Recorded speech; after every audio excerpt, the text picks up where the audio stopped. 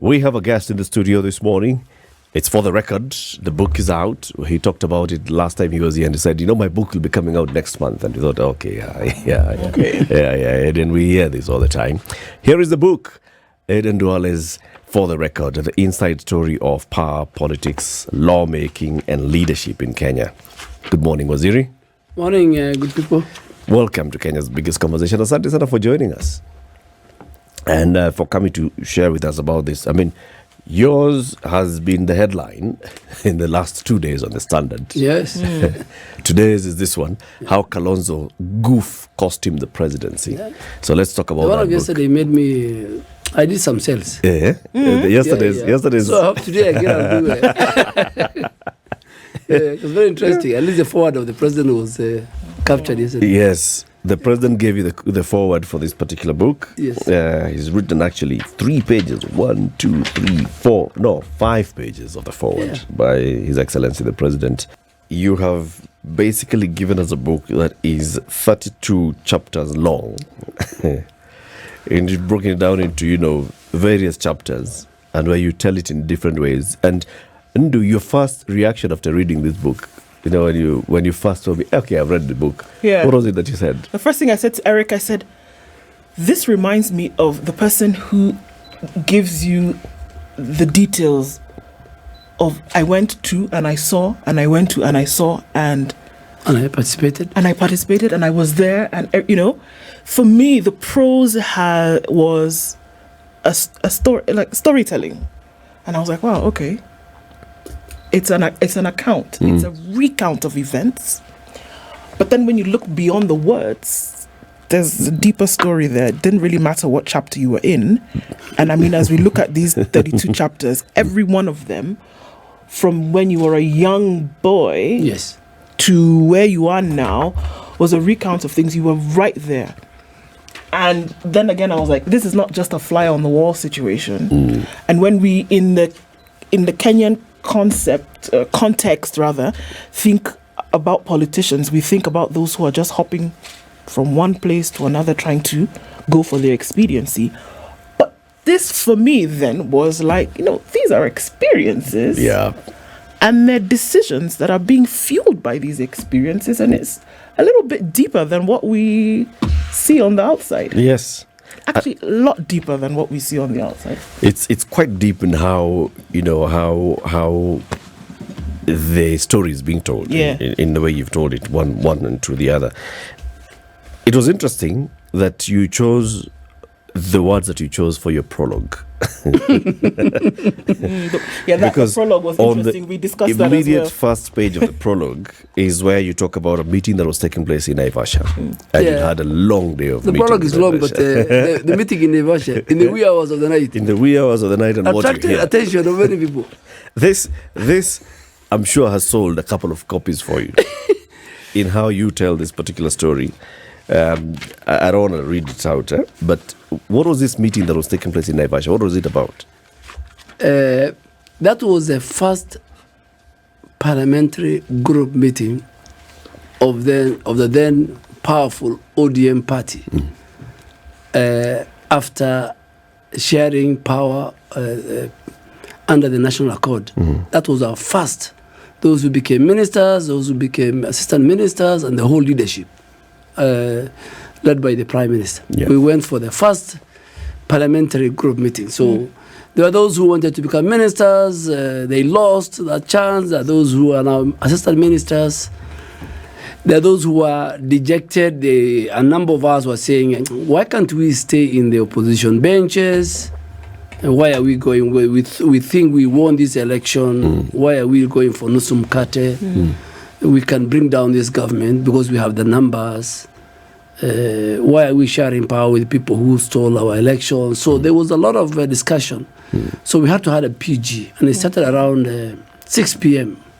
for 2 days. So that we went. So it was one of the memorable moments. Anyang' Nyong'o, Professor Anyang' Nyong'o was our Secretary General. Henry Kosgei was our chairman. So it was the first time we came face to face with the top leadership of ODM after the post-election violence, after the Kofi Annan story and after the Kibaki and Raila formed their Grand Coalition government. Of that, those who are saying even the ministries were given, these are leftovers. Again, Kibaki has chosen change. So it was a very different people had came with different ideas and concerns to that PG. So, but that prologue, that section you're talking about is after the meeting, after the dinner, and everybody went back to his room. That's where I started my story. It was a very interesting start, that's true. And I think it drew a lot of people in, not just in terms of the details of, what was happening at the periphery of this meeting, yes, but then also what is then probably habitual for lots of people. If I can take a few steps back, first of all, I think that it is extremely important that we as Africans write. I think that we don't write enough. I think that a lot of what we see in books has been given to us by people. A lot of the books that we read or have read in the past have come to us from non-Africans.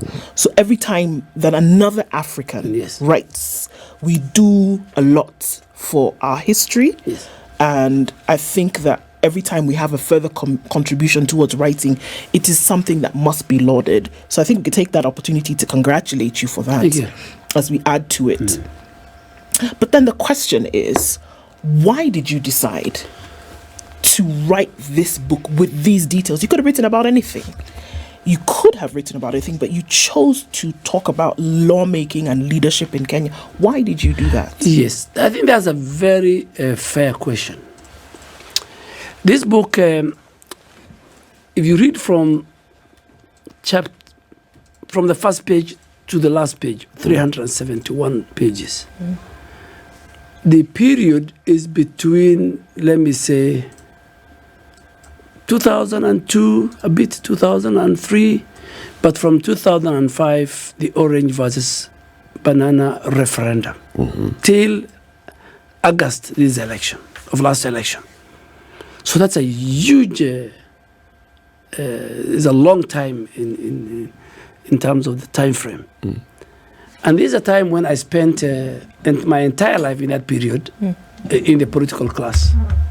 So that's why politics and leadership comes in. And during this period, I think half of it, I was the leader of majority. So what was I doing? I was the anchor and the person in charge of lawmaking and also government agenda in the legislature, whether it's bills, sessional paper, treaties, motions, statements. So that's why I picked on that title. But after, and I think there's a chapter in this book called The 22 Minutes. Yeah. I was a leader of majority for close to 8 years. And that was abruptly ended in 22 minutes meeting of a parliamentary group meeting at KICC. So when I went home that night, and the following days and the following weeks, I realized I had a lot of free time because the office of the leader of majority is a very, very busy office. So I had a lot of free time and I had a lot of energy. And I think, of course, with friends, I decided to write a book. One thing that helped me out of today is every day, at the end of the day, before I go to bed, I spend about 20, 30 minutes to recap the main events of my life. Even today when I go back, I'll say I was here and we discussed this, and jot it down and put it somewhere. So it was easier for me to recollect, sit. I think before I came to the final copy, and I want to thank you and say that I had a very, very good editorial team. I had about 10 files of this book. And from the first one to the 10th one, we're making corrections, adding, subtracting. So I had a very, very, and I don't think anybody will find an error in this book. And I want to thank that editorial team. Of course, I had the editorial team, the design team, my good lawyer who made sure that from the copyright to everything, we make sure we anchor it in law. So I decided to write this book. But before I wrote this book, I read 3 books. Very, very books, and I'll ask you good people to read. One was by John Bolton, the former national security advisor of Donald Trump. He wrote a book just after he left office. and it's called The Room Where It Happened. You know? Basically, how the statecrafts and bureaucrats run government in the US, and more so during Trump. Then I read another book, because you remember that period where when I left office, there was this issue of deep state systems. Yep. So there was a book written by a New York newspaper, New York Times, a famous columnist called Mike, I think, Fulgram. He wrote a book, a very interesting book, and a friend sent me from the US called The Deep State, The Fall of the Constitution, and Creation of Shadow Governments. It's a very interesting book. So I read that because I wanted to know what is this deep state. Yeah. So I read that book. And finally then I read a book by former Prime Minister of UK, David Cameron, on the same title, for the record. Then with that, and I had to tell my story. You know, as you said, I think the Kenyan political class, particularly top leadership, William Ruto, Raila Odinga, Uhuru Kenyatta, Mwai Kibaki, and the second tier, they have a lot about. You know, people talk about former Prime Minister participated in the Constitution, he's a reformist, he's the Democrats. You know, he's the one who gave us all these good things we're enjoying, the Constitution, the Bill of Rights. But that must be written. Yeah. For generations, for our children to see. So I think I have set the ball rolling. It's not a very popular book with some of the chapters. When you read the chapter on... he bought my book yesterday. I didn't tell him that he has a chapter in my book, The Honorable Musalia Mudavadi, Deal or No Deal. You remember that period Musalia became a flag bearer in Jubilee. I think it was 2 weeks. Then there's a chapter on my very good now friend and the same coalition, Anwar Guru, on You Have Touched a Life Wire, on the NYS mega scandal. Of course, what is in the headline, Kenyans today can read that, and Kalonzo cannot deny. Most of 100% of what I've said here, I dare them deny. It's an actual account of what happened. Of what happened today. The headline, it's true. Kalonzo said that. So let's go into what Kalonzo said, because this is what you say, that, you know, there was, at that time, before the election of 2013, 2013, yes. And in the run-up to that election, there's a whole issue of, you know, the Hague, Uhuru has been indicted, Ruto has been indicted, and the journey towards this election and what ought to happen. And then there's a conversation that takes place with Kalonzo Musyoka. What was that conversation? Where was it taking place, and what was it about? You know, the period between 2007 elections, post-election violence, Kofi Annan, Grand Coalition government, it flows down to the 2010 Constitution. And the 2010 Constitution, I dare say it, was lately, at the far end, was influenced by the political scenario then. Everybody agreed on a parliamentary system. But because Uhuru and Ruto were at the ICC, and they were very credible potential candidates for 2013 general elections, there was a feeling that we must take over government. Okay, we must unite, we must form a coalition, and we must deny Raila Odinga the presidency. So there was this team of the late Joe Saitoti, Uhuru Kenyatta, and Kalonzo Musyoka in one corner in PNU. Then there was the ODM of Raila Odinga and the rebels, then led by William Ruto and myself and many of us who were, one time they called us, in this book you see they called us rebels, they called us remnants, and many terminology. So there was a G7, you remember, of Kalonzo Musyoka, George Saitoti, Wamala was somewhere in a corner, and Uhuru Kenyatta, preparing themselves for 2013. But you know, Kalonzo Musyoka and George Saitoti, as they were talking to Uhuru Kenyatta, they were also, Saitoti was a member of the subcommittee, cabinet subcommittee on ICC.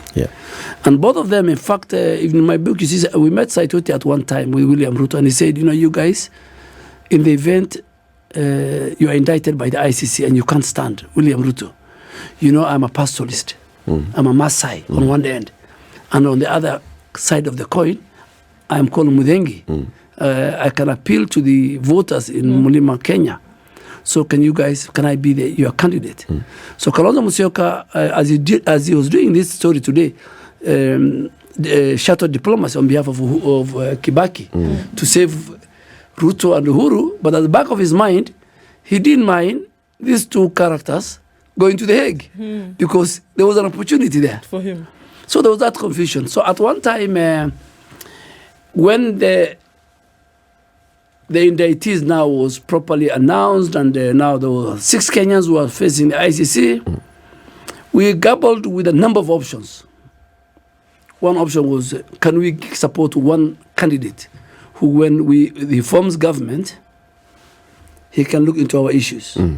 A government that will support the 2 candidates on their case in ICC. So Kalonzo Musyoka was an option, Saitoti was an option. Of course, Raila was not an option. He was not on the table.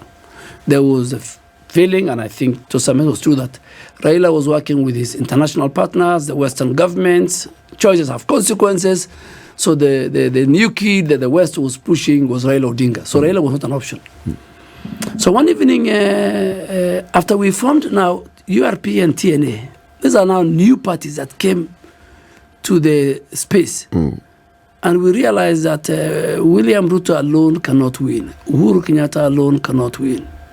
What do we do? Then we formed an alliance of URP TNA. On one side, we were struggling with IC. The other side, we were saying, how do we form? So one evening, they drives. There was an idea now. And that's why even the one of Mudavadi came in and they went to Kalonzo's home and they said, man, we want to give you the seat, but we must agree. You take the presidential, Uhuru becomes your running mate, William Ruto becomes the leader of majority, we share government, 33%. And, but we have these demands. I mean, we are facing a serious issue. As we are coming to give it to you, so as a good friend of ours, in the event this ICC story becomes complicated, we have a government that can is friendly to us. Yes. And you know, Kalonzo by nature, if you ask me, because I have worked with him in the 10th parliament. He was the vice president. He was the leader of government business in parliament, somebody I know very well. Kalonzo is very casual in his talk. Even when he talks on TV, you see what do I pick? What you guys call the bites, the news bites. So Kalonzo just said, you know, I am a senior counsel. Okay, you guys, and both of you are not lawyers. Your case is not that bad. You know, I have studied Ocampo's papers and evidence. Okay, and you guys you confirmed you guys you'll be jailed. Yeah, and you'll be jailed for not that much, but 10 years. 10 years, yeah. You know, you should have said 8 years. You should have said even 11 years. He pegged on the term of a president. 2 terms. 2 terms. So while you're away... So he said, oh, you guys, 10 years, I'll be the president. And when you come back, I'll hand over to you. So, and so what's wrong if you're in jail for 10 years? That infuriated most of the former president. He walked away and he went outside the gazebo and started puffing his cigarettes. And he left William with this guy, with this serious senior counsel. And where were you at this time and what were you thinking? In fact, they left us at our strategy meeting. So you were not in this room? No. So when they came back and they were in their own car, so we asked William, what happened? And William said, you guys, something serious has happened. Kalonzo said, and Kalonzo later confirmed to me. You know, I think after they left, he realized the blunder. He said, so he called a number of us. He said, you guys, what happened? We told him, we said this. He said, yeah, man, how can we do damage control? And that, by the way, led to the following day that we decided we present Uhuru Kenyatta as a candidate. Of course, after that, we went into the coalition, and I think Alliance. I looked for it, the coalition agreement between TNA of Uhuru Kenyatta and URP of William Ruto. That thing, I think, after we formed government in 2013, somebody decided to shred it. Because that agreement, I think, should be given to the people of Kenya. But I know the contents, We shared power. So who kept it? Of course, there were two copies. I think there were two there's copies. A TNA the two of them and kept the URP copy. They were signed by the chairperson of the two parties. Your chairman in URP was the former speaker. No, I think the two principals, they kept it. The two principals kept it. Because even later, there was another agreement by Najib Balala and by Charity Ngilu to our coalition. They didn't bring anything. I think Balala's party was called the Republican Party. Even didn't win one MCA. But Balala and I think I said it in my book, Balala and Charity Ngilu are the most crafty politicians. They jump ship. They know where government is forming. So they must be in government. This is the only government they are not in since 2002. Yeah.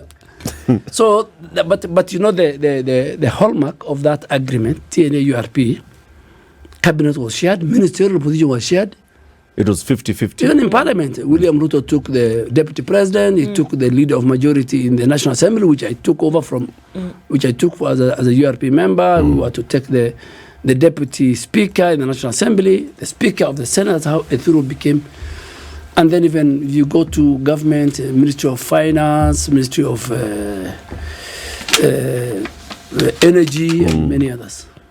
So this is how it ended. So the story about Kalonzo is very true. Maybe today Kalonzo could have been the fourth president. Could have been this. Maybe the fourth president. I want to read an excerpt of from this book on page 231, which is something that was happening in The Hague during the status conference, and you and other leaders were in The Hague for this. And on that evening, you decided to give an interview to Hussein Mohammed and Francis Gashuri, who are also at The Hague.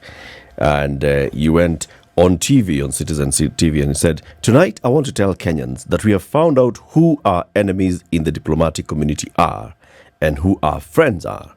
I want to tell Kenyans that enemy number one, who fixed the president and is now fixing the deputy president, is the British government."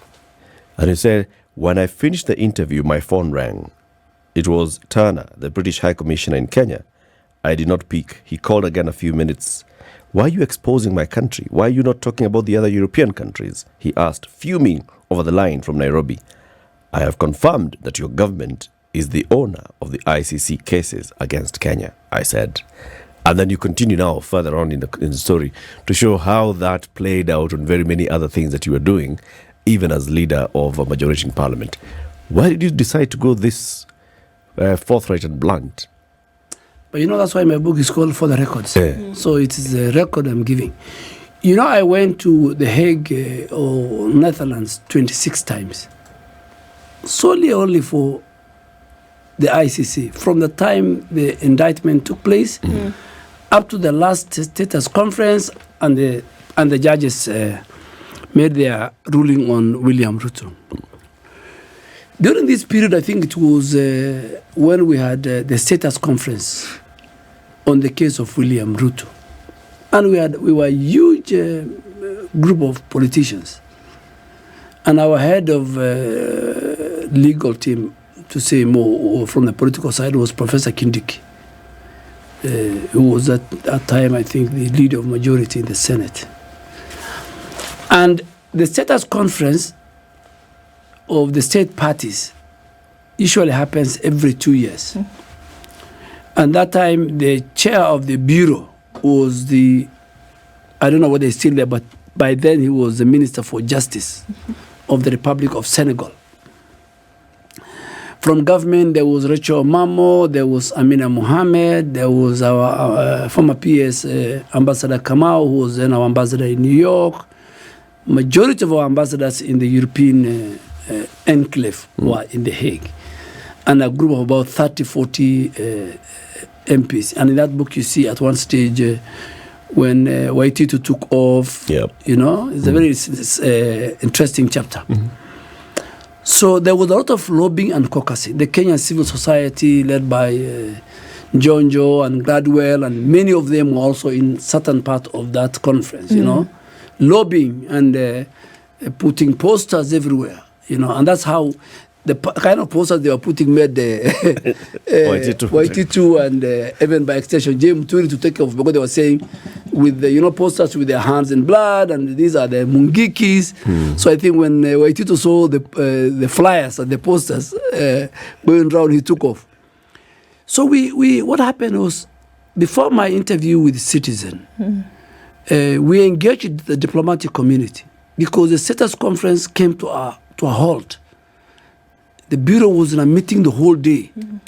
And there were many people affected by the quagmire that existed. And in fact, if you see in this book, at one stage, I bumped into a law professor from Harvard who didn't know what was happening. He asked me, where are you from? And I didn't want to give my identity. I said, I'm from Tanzania. And then he said, what's going on? And I said, I asked him, I don't know. He said, there's a country called Kenya, which has issues here.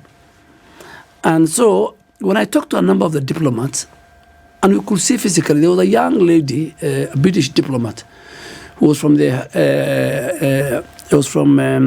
Foreign Office, Foreign Commonwealth Office.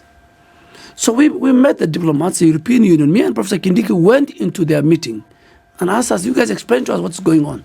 Because they're the ones who are pushing for the Kenyan case, particularly the British, Germans. So a number of them, off camera, they told us, you guys, we are not into this business.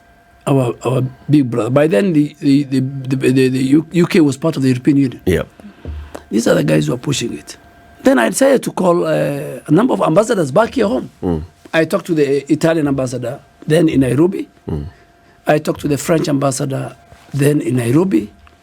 I talked to a number of other ambassadors. And they said, we have no problem with Kenya. We have no problem. We are not part of this ICC. You talk to your former colonial power. So when I walked out, and it was the end of our functions that night, I bumped into a big live camera by Hussein. And so I said what I said in the book. And Kesatana called me. I didn't pick the second time I picked. And he said, his main concern was, you should have said European Union. Why are you isolating? Why are you singling it? So I told him, my friend, you are not in the Hague. I am in the Hague. And I know what's happening. He didn't have the privileged information that I had. And then I went to go and sleep. And when I woke up in the morning, the first call I got was from State House. If you read that chapter. Yeah. And I was told the president received a call early in the morning from David Cameron on this matter. And I told the president, I am ready to substantiate my allegations. And then that time, there was a Defense Cooperation Agreement. Yep. In Parliament. Yep. It was in my drawer, and I kept it for 2 years. You had not tabled it? Yeah, because the House was toxic. The issue of ICC was key agenda for the Jubilee, quotes unquote, at times to CRPTNA. So I knew if I tabled that defense agreement could have flopped. Members could have rejected it. So not only that one, I never used to hesitate to go and table a document for the sake of it if I know the House will reject it, because you'll have another 6 months to go and retable it.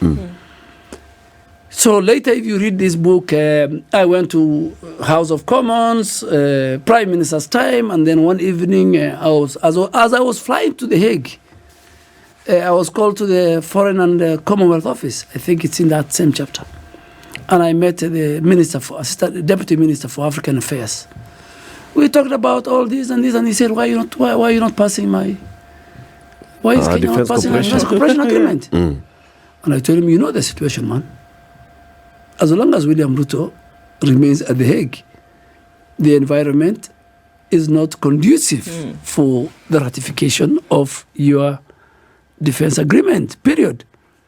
And after 20 minutes, he asked me, okay. In our discussion, he said, okay, so if we deal with this matter of the ICC, we will get our deal. We will get our deal. I said, yes. And you'll be shocked. Since then, I left the Foreign Commonwealth Office in London, and I took my flight to The Hague to attend to the proceedings. Just before William Ruto was off the hook by the judges, the thing moved very fast. William was off the hook. When I came back, I think I have documented. The then ambassador, Tana, by then has left. He went back Foreign Office. I think he became a director of somewhere in African or Asian affairs. Then after Ruto was off the hook, people were celebrating, and I forgot everything. I went back to my business. You did not table the difference? No. Then I didn't table Nick Haley. Then the British ambassador called me and he said, where's our agreement? Where is the deal, man? They're part of... And that time, it was not only me, it was me and Jay Muturi, the Solicitor General then. Then I said, but there's a statement, he made. Later I came to confirm from colleagues in the diplomatic world. He said, if you don't do this, my government will have challenges. You'll have challenges with my government. So I didn't know that. The word challenge with my government is a serious diplomatic. Yes. So I went and asked people, what is that? They told me, man, that is a serious statement. Then I went to President Kenyatta and told him, man, we have a deal with these guys. Can we pass this year? And then he said, fine. He talked to the deputy president. The deputy president was a bit hesitant. By then, he has not recovered well from the ICC. He said, I am not going to call a parliamentary group meeting to pass something for this the British document of the imperialist. That's the word he used. It's interesting, Waziri. But later, when I wanted again to pass with a BG, then I fall into another, my turbulence from the Meru members of parliament who had issues with the Mira banning in the UK, the Maasai and the pastoralists because of where the British forces do their training. Then ODM also became a problem. I had to tell the ambassador, now you need to talk to Raila, because the late Jacoyo, my good friend, was also marshalling the opposition to reject it. But Raila called, when I was in the floor of the house, talked to Jacoyo, and later we passed. That's water under the bridge. So that's how the story was. Do you think the Defense Cooperation Agreement and what was happening in Kenya could have played a role in making the UK stop or change tune with regards to the ICC case? I don't think so. I think the judges act on the evidence and the facts that they had. If I was around and you were around, the ICC case was more political. I think not even for Bensouda. I think for Ocampo, he bungled. The first question we're asking is 3 from ODM, 3 from PNU. You remember the story of Kenya Human Rights Commission, Hassan Omar, who's now on our side, the way they were being accused of coaching witnesses and all these, the way the West government and... So are you saying now then that... No, I don't think so. But I think what the British government was, I think they were the facilitators. They were the political... ICC is more of a political court. So they played... so they were the political sponsors. They were the political sponsors. And all these, there was more of an international conspiracy. The ICC case basically more was a factor in who becomes the president in 2013. The international community believed that Raila Odinga won and he was denied his victory in 2007. And the whole team of, I think, in the negotiation to end the post-election violence, a lot of the Western powers and even the international players like Kofi Annan and even our regional neighboring countries feel that, okay, Raila, please, for the sake of the country, we will support you in 2013. So the Western government felt like who might be the biggest threat and competitors to a Raila candidature. And I think they were not bothered about Kalonzo and Musalia and Saitoti. They were bothered about the biggest threat will come from William Ruto, Uhuru Kenyatta, and in the event they form a coalition. And they did exactly that. So you cannot delink the 2013 presidential succession, Kibaki succession politics from the ICC. Yeah. It's interesting, even as we look at all of this, and then again, that chapter that talks about 22 minutes when you were on the phone with former President Uhuru Kenyatta, and he asked you very clearly if you were with him, and we're talking about 2022. He asked you very clearly, are you with me or are you with William Ruto? By the time you're having that conversation, it seemed like you had already made a decision about where you were. And even as we read the words of this book, it's clear that a lot of these decisions, whereas we on the outside who see them, it looks like, again, I repeat, looks like you're hopping from one side, but it seems to be very formulaic in nature. There's a lot of balance that's being applied. If I do, then what happens? Is that the case? Was that the case when these decisions were being made? When Uhuru Kenyatta was with you on the phone asking you, Duale, are you with me or not? You know, after the 2017 general election, after 2018, 2019, I was, I think, one of the very few people. I was naive. I was in denial that the marriage between Ruto and Uhuru Kenyatta of 2010, 2011, 2013, and the Hague is so cemented that I don't think these guys will have a problem and they will leave. So I was in denial.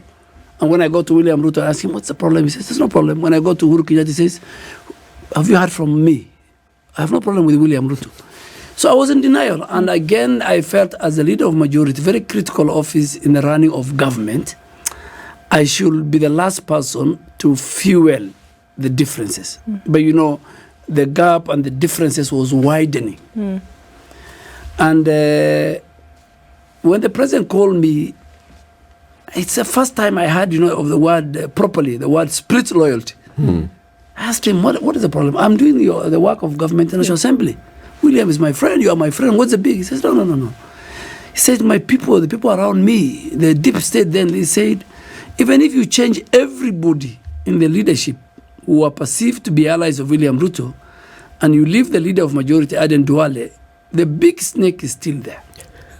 So he said, he convinced me that William Ruto has done this, is bad, please join me in the war. And I think that is one of the most difficult period. And if you ask me in this book of 32 chapters, which chapters I wrote with a lot of joy, and the ones that I wrote when I was thinking and said, this must be a difficult decision. So I think because, I have walked a very long personal and political journey with William Ruto. And being a Muslim, I had to think very fast. So I told the president, which I have not very much, I think, documented, because he didn't believe, he talked, and when he gave me a chance to speak, I told him, Your Excellency, I'm a Muslim. Secondly, I came to this coalition via URP. This man, William Ruto, took the top seat of the deputy president. The next seat was the leader of majority party, which the party gave it to me. This guy is very close to my family, to my children, my brothers, and he knows them. We have been with him many times. And he has never offended me, but he has contributed. If you go to my constituency and my bigger Muslim constituency, he's done a lot of Arambes. The footprints are there. I told him, Mr. President, if it is the office of the leader of majority, I'm ready to relinquish. Let me stay with this guy, friend of mine. And I think the president, when he looked at me, he couldn't believe it. That you actually gave it up? Yes. No, he couldn't believe it. I think he was expecting, and that's why I'm talking about when a friend, in that book, when a friend needs you, you need to stand with him. When you need a friend, you must stand with him. He must be there with you. So all these, fake loyalties, throwing your body at the altar of political expediency, betrayal, deceit.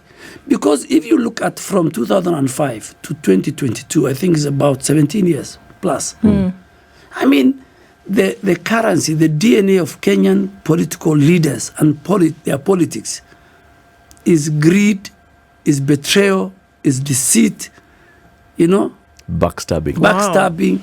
So one of the things that made me write this book is for the citizens to know that regardless of their political parties, regardless of the communities where they come from, regardless of age, we must look. We should be loyal. Yes, we must look at the politics and the leadership in our country outside the mirror of. Can I ask you a question though about this book also gave us an opportunity to see you as an individual and things that we would have never known. I mean, you're a twin. You're the baby. Oh, yeah, You're the yeah. baby of the family. Yeah. Yeah? I have a twin brother, but not identical. Not identical. It's interesting. Yes. Twin brother. And you talk about your experiences as a child, the poverty, the lack, your mother moving to Garissa. Oh, yes.